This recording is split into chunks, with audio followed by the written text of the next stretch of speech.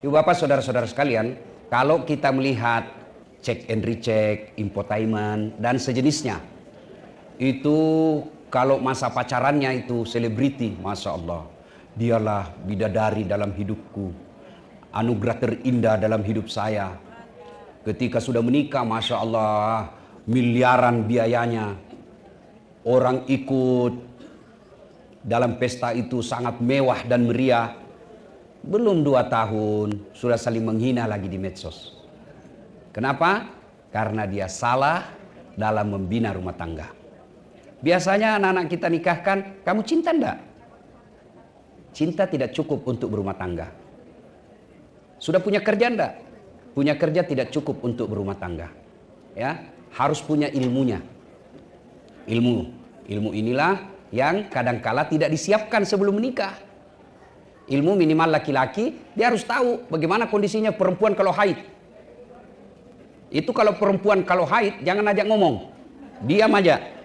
Kalau dia ngomel, diam. Biar dijelaskan, tidak masuk di akalnya. Apalagi kalau dia sudah bilang pokoknya, sudah diam aja lah kita ya. Nah itu mesti ditahu semua. Nah ibu bapak saudara-saudara sekalian, tujuan pernikahan itu sering kita ringkas samawa. Sakinah, mawaddah, warahmah.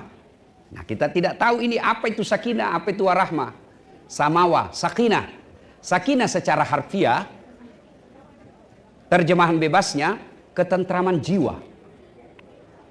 Tujuan pernikahan, ketentraman jiwa. Jadi kalau dalam rumah tangga tidak ada ketentraman jiwa, tujuan pernikahan itu tidak tercapai. Dan pernikahan itu untuk mencapai ketentraman jiwa, 2 modalnya.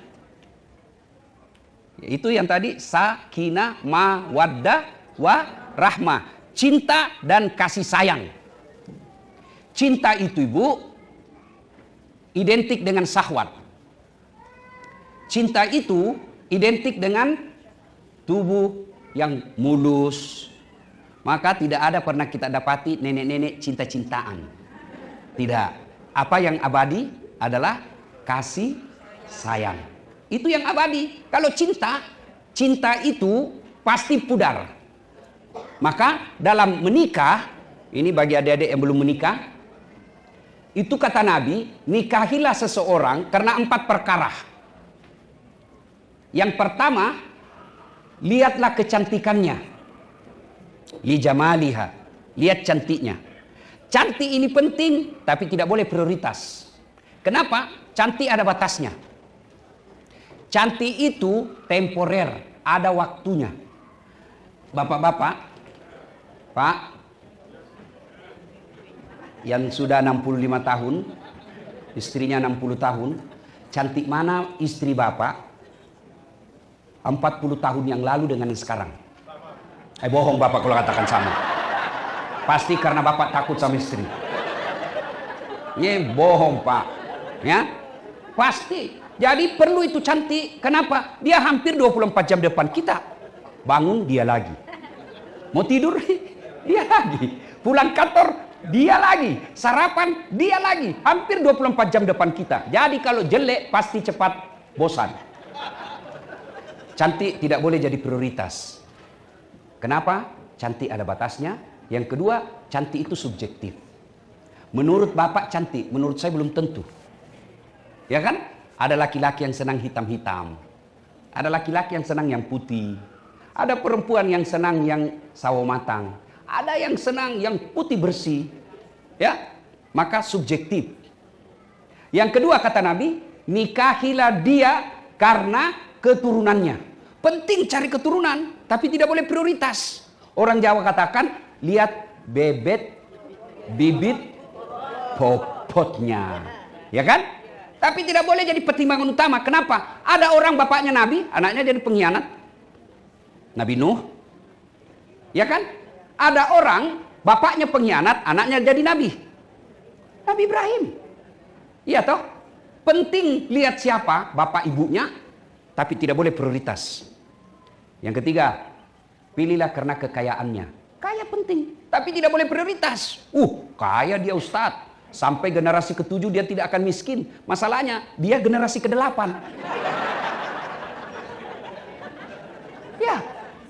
Maka kaya penting, tidak boleh prioritas. Kenapa? Bisa jadi tahun ini kaya, tiba-tiba bangkrut. Yang keempat, kata Nabi, lidiniha, lihat agamanya. Mahasiswa saya tanya, Ustadz, kenapa agama nomor 4? Mestinya dia nomor 1. Oh, ada dalam bahasa hadis. Betul nomor 4, tapi dia tidak titik di situ. Koma, ada penegasannya. Koma, stabilo, cetak miring, bold, garis bawah. Itu kalau diketik. Kata Nabi, utamakan agamanya, karena dengan agama kau akan dapat semuanya. Untuk mendapat keempat-empatnya, Bu, makhluk langka. Dialah cantik, keturunan baik-baik, kaya pula, bagus pula agamanya. 100 perempuan belum tentu ada 2 orang di antaranya. 100 laki-laki belum tentu ada 1. Kalau ibu tahu ada di Amerika makhluk seperti ini, tunjukkan saya. Saya juga masih mau. Yang banyak kan cantik, tapi akhlaknya kesurupan. Ada lagi akhlaknya bagus, mukanya hancur. Ada lagi kaya, cantik, otaknya yang heng. Iya kan? Maka itulah sebabnya Nabi katakan, utamakan agamanya. Kalau dia miskin, dengan akhlak mulianya tertutup kemiskinannya. Kalau dia jelek, dengan agamanya yang baik akan menutup kekurangan wajahnya. Paling sial, sudahlah jelek, miskin, keturunan orang jahat, tidak bagus lagi agamanya. Memangnya waktu milih merem. Nah, ibu bapak saudara-saudara sekalian, ini modal. Nah, yang banyak jadi masalah sekarang, kenapa rumah tangga banyak yang tidak saling menghormati? Setelah banyak orang curhat sama saya Bu hampir tiap hari curhat, Bu. Banyak sekali orang curhat rumah tangga. Setelah saya pelajari dan survei, salah satu sebabnya karena pacaran. 4 tahun pacaran. Selama 4 tahun pasti ada saling berkhianat. Karena berkhianat, bohong dan lain sebagainya, saling memaki. Kenapa? Tidak ada saling menghormati, tidak ada ikatan. Kebiasaan itu yang 4 tahun saling bohong, saling hina, saling maki, itu yang lanjut setelah menikah.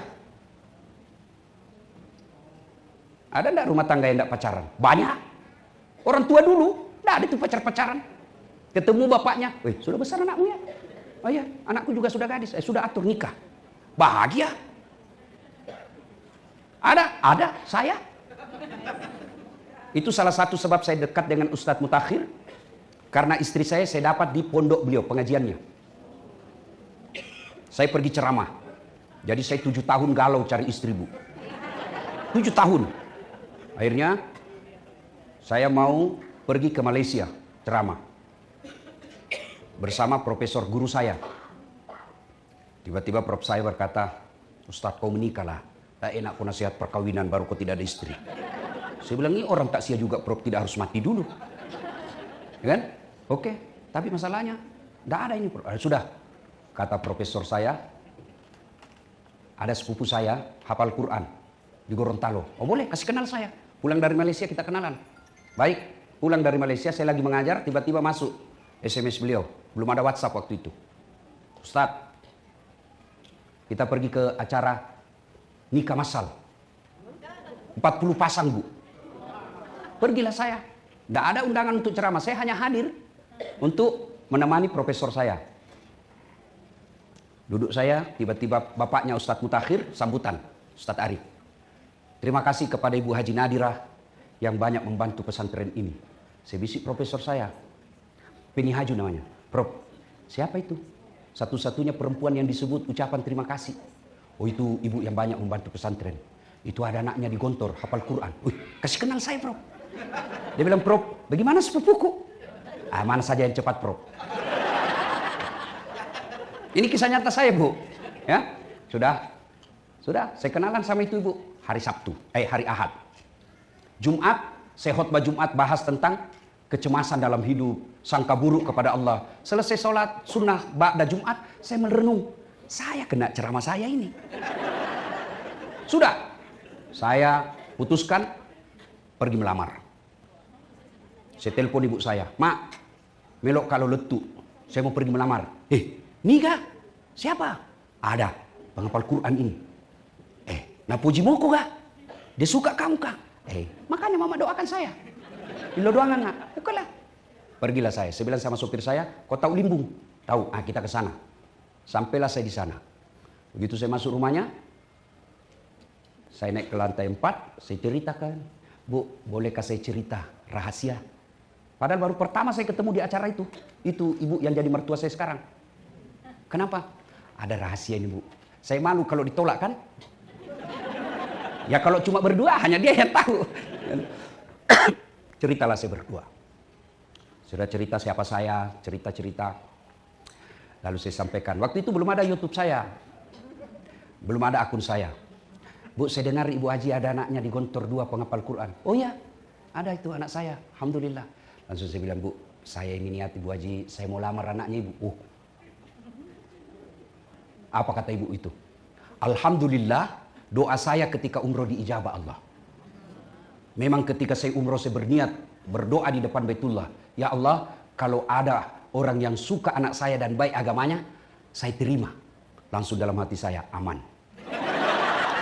Ya, bagus agama saya merasa baiklah agama saya ini. Karena saya penceramah. Kalau dibilang baik kerjanya, saya mundur. Lalu dia bilang, cuma anak saya ada 2, Ustadz. Yang mana? Saya bilang, terserah Ibu yang mana. Cuma saya, kalau saya tidak ada masalah Ustadz. Cuma kan saya ibunya, masih ada bapaknya ada di Singapura. Saya bilang, jadi bagaimana? Tenang Ustadz, soal bapaknya saya punya urusan. Dalam hatiku masuk gigi 2. Ya kan? Sudah aman situ. Udahlah. Lalu dia bilang, Ustadz, lihat dulu anak saya. Lihat dulu. Saya bilang, enggak usah Ibu. Kenapa? Nanti Ustadz tidak suka. Enggak usah Ibu. Kenapa saya tidak perlu lihat? Karena saya lihat fotonya bapaknya gagah. Di ruang tamu fotonya bapaknya cakep. Mamanya depan saya juga cantik. Saya bilang, enggak jauh-jauh lah dari sini nih. Kan? Buah jatuh tak jauh dari pohonnya, ya kan? Kecuali yang dibawa kelelawar, ya jauh tuh dia. Nah, Ahad saya melamar, kenalan, Jumat saya melamar dan menikah setelah hari Ahad berikutnya.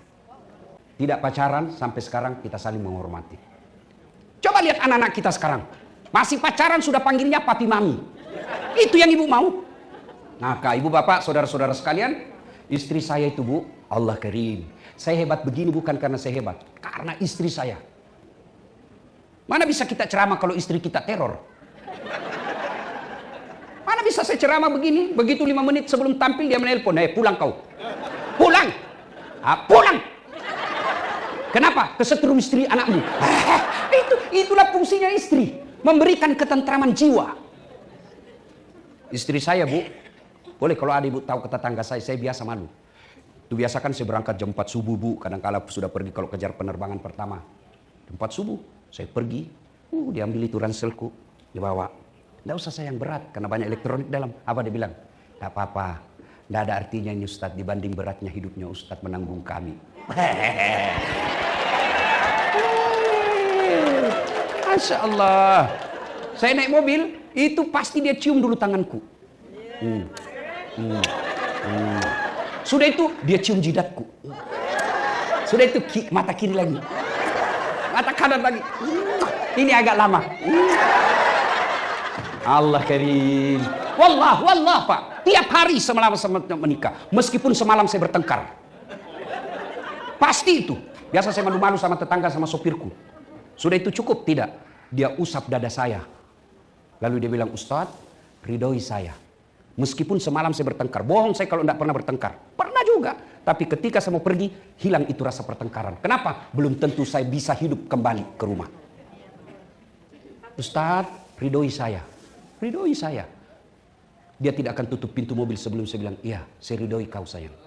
Lalu dia bilang, ku lepas di kau pahlawan. Ini tambah-tambah saja ini bunda. Masya Allah. Jadi Bu, rezeki suami itu tergantung ketentraman jiwanya. Gimana suamimu cari tenang dengan cari nafkah, kalau kamu tidak memberi ketentraman jiwa. Ketentraman jiwa itu bukan skincare. Enggak. Ketentraman jiwa itu akhlak yang baik. Akhlak yang baik. Tidak mungkin. Apa itu? Kamu mau jaga suamimu 24 jam. Tidak mungkin. Kau periksa HP-nya. Untuk apa? Ini yang selalu menjadi pertengkaran dalam rumah tangga, handphone. Tidak semua harus kau tahu itu rahasianya suamimu. Yang penting kamu dinafkahi dan dia tidak berkhianat. Saya kasih handphone saya sama istri saya. Ini handphone saya. Bu, dengar ini bu, yang suka periksa handphonenya suami. Untuk apa? Kalau kau mau jaga suamimu, bukan dengan periksa handphonenya. Bukan dengan periksa handphonenya. Tapi apa? Hadir kau di hatinya. Gimana kau hadir di hatinya kalau kau tidak hormati orang tuanya? Gimana kau hadir di hatinya kalau kau kasar ngomong? Gimana kau hadir di hatinya kalau anaknya kau tidak urus? Saya mewakili perasaan laki-laki dan pasti semua sama. Bu, ibu mau tahu enggak ketentraman jiwa seorang suami? Dia pergi cari nafkah, masuk WhatsApp istrinya. Bang, ini saya lagi ngajar hafalan Quran. Anak kita, alhamdulillah, ini si bungsu sudah Iqra 2. Itu suamimu dalam hatinya. Tidak rugi saya cari nafkah. Biar saya setengah mati cari nafkah, ternyata istriku baik. Bagaimana suamimu mau tentram jiwanya telepon? Di mana kau? Salon. Di mana kau? Di mall. Di mana kau? Lagi jogging. Di mana kau? Hai, banyak sekali tanya-tanya ini. Pulang di rumah, mestinya sudah siap makanannya, tidak kau siapkan. Jangan marah ya bu, jangan marah. Ini gunanya dakwah. Supaya ada perubahan di antara kita. Kalau orang kaya, mewah rumahnya, apa aja bisa dibeli, tiap hari bertengkar, paling tidak hartanya tertukupi. Lalu kita cuma jauh, kerja juga ala kadarnya gaji hanya untuk operasional sehari-hari, bertengkar tiap hari. Kapan kau bahagia? Yang herannya lagi bertengkar, hamil lagi. Allah karim. Bu. Ibu, mau jadi istri soleha? Catat, jadikan status. Renah. R-E-N-A-H. Renah. Sampai jam berapa ini Ustaz? Sampai jam 12 pas kan kesempatan. Hah? Hah? Jam 2? Ibu bisa? Betul? Saya tidak bisa. Bu, apa ibu? Apa? Rena. R-E-N-A-H. Rena. Rena. Satu, ramah. Tutur kata yang lembut. Sopan santun bicara. Kalau suamimu datang, sopan santunlah menyambutnya. Assalamualaikum kakandaku, Arjunaku. Masya Allah. Disambut suaminya. Waalaikumsalam adindaku Sri Kandiku. Lalu ibu berkata, Masya Allah bang, makin cakep aja kau bang. Kata suaminya. Kata istrinya, cakep sekali kau hari ini bang. Kata suaminya, berarti saya jelek kemarin. Ini juga suaminya tidak tahu diri. Tutur kata yang lembut. Ada juga perempuan, makin ada temannya suaminya, makin dia tunjukkan kekasarannya. Dia mau tunjukkan, lihat ini, saya atur suami saya. Mana ada? Tidak ada itu dalam ajaran agama, istri mengepalai dan membawa suami. Tidak ada itu. Ar-rijalu qawwamuna 'alan nisa. Kalau ada perempuan yang mendominasi suaminya, biasanya suami seperti itu menderita lahir batin. Dan kalau ada peluang sedikit melakukan maksiat, biasa digunakan. Tapi kalau suami istrinya baik, siapapun goda dia tidak akan tergoda. Kenapa? Dia akan berkata, ada bidadari di rumahku. Sayalah buktinya, Bu. Banyak yang menggoda. Betul. Tapi saya selalu, ada pernah pengusaha datang bawa anak gadisnya ke hotel. Di lobi ketemu. Pengusaha sukses di Kalimantan. Nikahi anak saya Ustaz. Pak Haji, ada istri saya. Tidak perlu ada surat-suratnya. Saya cuma mau ada keturunan saya ulama. Tidak bisa. Ada istri saya baik. Coba kalau istri kita tidak baik. Kesempatan. Jadi kami ini laki-laki Bu, tergantung istri. Sopan bicara. Dan hebatnya itu perempuan Islam, kalian tidak tanggung dosanya suamimu. Tidak tanggung ibu. Beda kami laki-laki, kami tanggung dosanya istri. Istri tidak pakai jilbab, istri tidak bayar puasanya, istri tidak sholat. Meskipun suaminya imam, ditanya, mana ini suaminya ini? Kok bisa istrinya begini nih? Itulah makna ayat ku anfusakum wa ahlikum nar. Ibu ditanggung, bukan cuma di dunia, di akhirat juga ditanggung. Di dunia Bu, malu kita kalau perempuan pulang lebaran tidak pakai baju baru. Malu itu istrimu, suamimu. Malu kita sebagai suami kalau sudah 10 tahun menikah tidak dikasih emas istri kita. Malu itu suami. Kadang-kala menderita cari nafkah, tidak pernah dia telepon istrinya, saya dimaki-maki sama bos, tidak, dia rahasiakan. Kenapa? Cukup saya menderita. Itulah suami. Dan ditanggung sampai di akhirat. Makanya ibu jangan suka ngomel.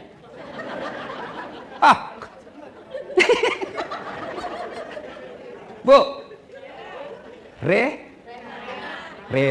Rama. Cuma Masya Allah. Kalau istri sopan bicara, Bu, coba lihat itu kalau kita naik pesawat. Waduh, pramugari itu memang Masya Allah. Assalamualaikum Pak, selamat pagi Pak. Ini kami siapkan ada minuman. Mau minuman apa? Yang hangat atau es atau jus? Sudah itu dikasih mau kopi. Kopinya Pak pakai gula atau tidak? Gulanya rendah kalori atau gimana? Dan dikasihnya kita Pak dengan 2 tangan. Suamimu naik pesawat pelayanan bisnis kelas. Sampai di rumah pelayanan kelas ekonomi. Ya, minimal kalau kita tidak bisa bahagiakan suami dengan kecantikan wajah kita, perbaiki akhlak. Akhlak itu tutur kata yang lembut. Betul Pak? Betul Pak? Dengar itu. Tutur kata, ramah. Yap. Oh, 5 menit lagi. Karena Jumatan. 2, apa itu? Elok.